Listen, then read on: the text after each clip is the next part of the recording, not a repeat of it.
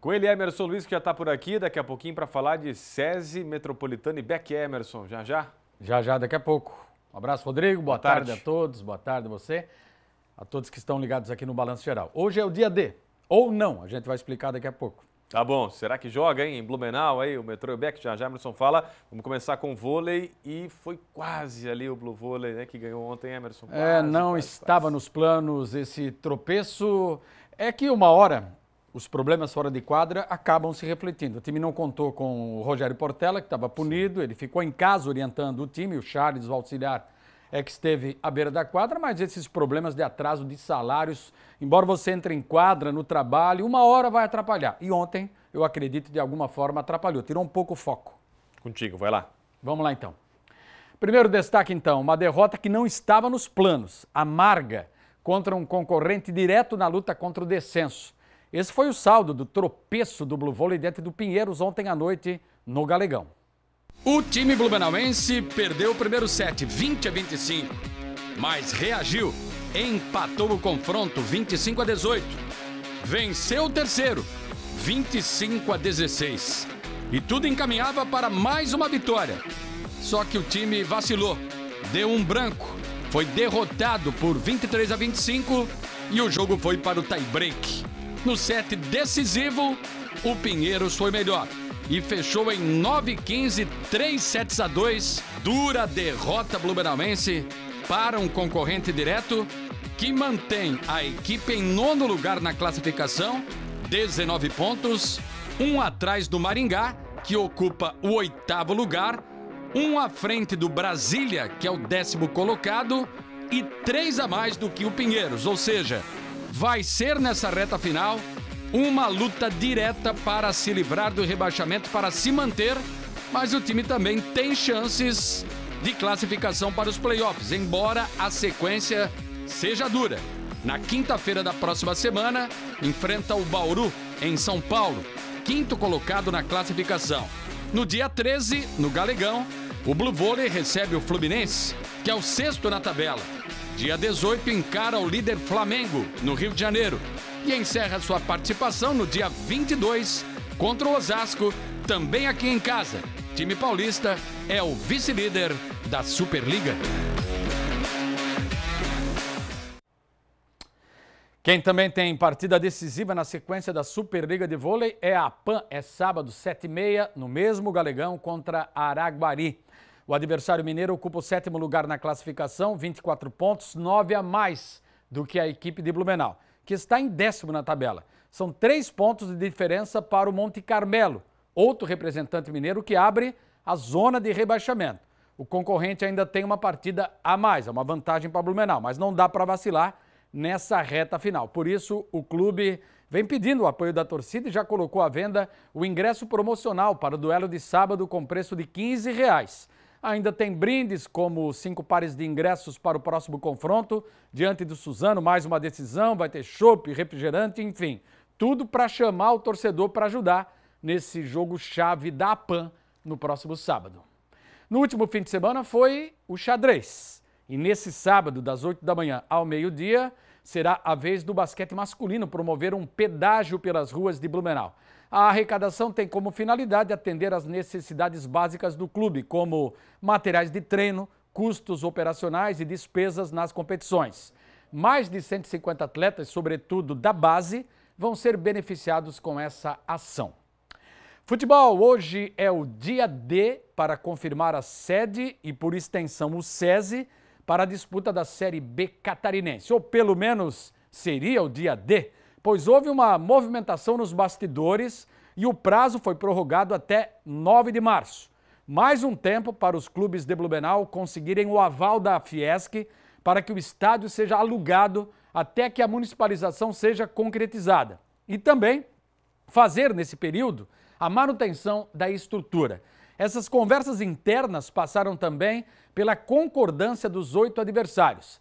Atlético Catarinense de São José, Camboriú, Caravaggio de Nova Veneza, Carlos Renault de Brusque, Guarani de Palhoça, Juventus de Jaraguá do Sul, Santa Catarina de Rio do Sul e Tubarão. Afinal, o campo não vai sofrer alterações nas suas dimensões, que não são oficiais. O campeonato começa dia 26 de maio.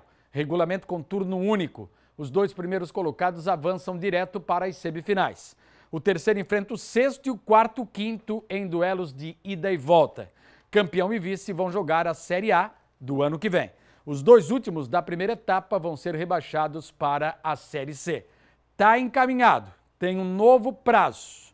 Está quase lá, quase perto, mas ainda falta oficializar. Não dá para cravar ainda que Blumenau e Metropolitano, que Metropolitano e Blumenau vão jogar no SESI. Mas está tudo encaminhado, a gente tem que aguardar mais uns dias aí. Ontem apenas um jogo disputado pelo Campeonato Catarinense, atrasado da 8ª rodada. Foi em Balneário Camboriú, vitória do Avaí diante do Barra.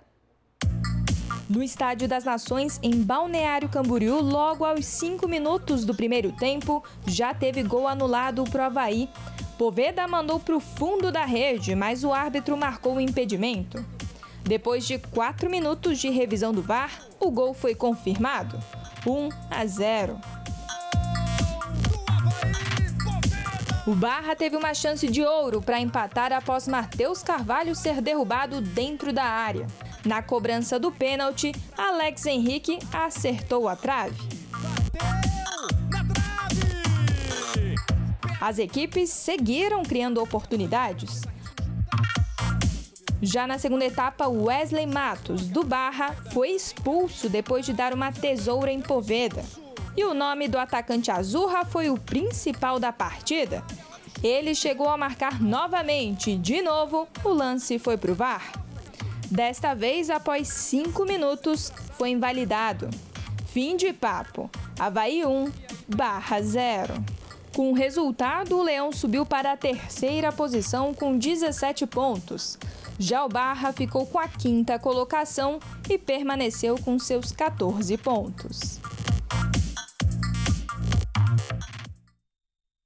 4 times classificados, como a gente mostrou na tabela, 6 equipes brigando por mais 4 vagas. Um rebaixado, já caiu, o Nação de Araquari. Outro que não depende dele para escapar é o Internacional de Lages. Na última rodada, sábado, todos os jogos às 4h30, sábado, o Inter enfrenta o Figueirense no Scarpelli. Precisa vencer e torcer por derrota do Concórdia para o Avaí em Concórdia. Vai ter o Inter ainda que tirar saldo de 3 gols. Difícil a situação do Leão Baio. A Chapecoense até pode ficar fora do mata-mata também. Enfrenta o Criciúma no Heriberto Wilson. A tabela marca ainda Brusque e Marcílio Dias em Balneário Camboriú, Nação em Joinville, na Arena em Joinville, Barra e Hercílio Luz em Itajaí. Criciúma e Brusque garantiram presença na segunda fase da Copa do Brasil.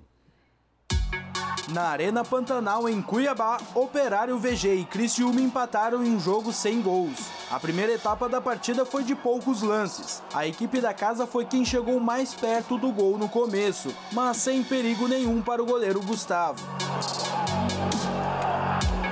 O Tigre até tentou trabalhar mais a bola para conseguir marcar e já carimbar a vaga na próxima fase. Só que a defesa do time mato-grossense estava impedindo a equipe carvoeira. Mesmo assim, o Criciúma conseguiu a classificação. Agora o Tigre vai enfrentar o Brasiliense na próxima etapa. A data da partida ainda não foi divulgada pela CBF. O Brusque venceu o Grêmio Atlético Sampaio em Boa Vista, em Roraima. O único gol da partida foi marcado pelo atacante Paulinho Mocelin, com menos de 30 segundos do primeiro tempo. Na próxima fase, a equipe catarinense vai ter o ABC do Rio Grande do Norte pela frente. A data do jogo também não foi divulgada. Legal, quase 1,5 milhão na conta aí do Brusque. Quem também se classificou foi o Internacional de Porto Alegre. Derrotou o Asa em Alagoas. 2-0 gols do argentino Lucas Alário e do zagueiro Vitão. Agora na segunda fase, o Colorado vai encarar o Nova Iguaçu. O time da Baixada Fluminense massacrou o Itabuna lá em Ilhéus, na Bahia, por 8-0. Isso mesmo, 8-0. Inter e Nova Iguaçu vai ser no Rio de Janeiro. Ainda ontem, o América Mineiro foi eliminado pelo Maringá ao ser derrotado por 2-0 no Paraná. Maringá e Amazonas na próxima etapa. O Vasco, por sua vez, conheceu o adversário. É o Água Santa, que bateu o Jacuipense da Bahia por 2-1. Jogo disputado ontem na Arena Barueri. Jogo único, sem data ainda definida, mas a partida vai ser em São Paulo. Vasco vai jogar, portanto, como visitantes. 2 jogos atrasados da 5ª rodada ontem, com vitórias de Palmeiras e São Paulo no Campeonato Paulista. O Verdão passou a ter a melhor campanha. O confronto do tricolor teve a transmissão aqui da Record. No estádio Mané Garrincha, Ferreira fez uma linda troca de passes com Lucas e marcou um golaço para o São Paulo. Luciano chutou rasteiro sem chances para o goleiro da Inter de Limeira. Luciano, de novo, foi passando por 1, 2, 3, 4 jogadores. Chutou, o goleiro defendeu, mas no rebote o colombiano Rames Rodrigues balançou a rede. Final, Inter de Limeira 0, São Paulo 3. No Canindé, o Palmeiras saiu na frente com um gol de cabeça do atacante Flaco Lopes. Já nos acréscimos do segundo tempo, Richard Rios tocou de calcanhar e Gabriel Menino mandou um chutaço para ampliar. Fim de papo. Portuguesa 0, Palmeiras 2.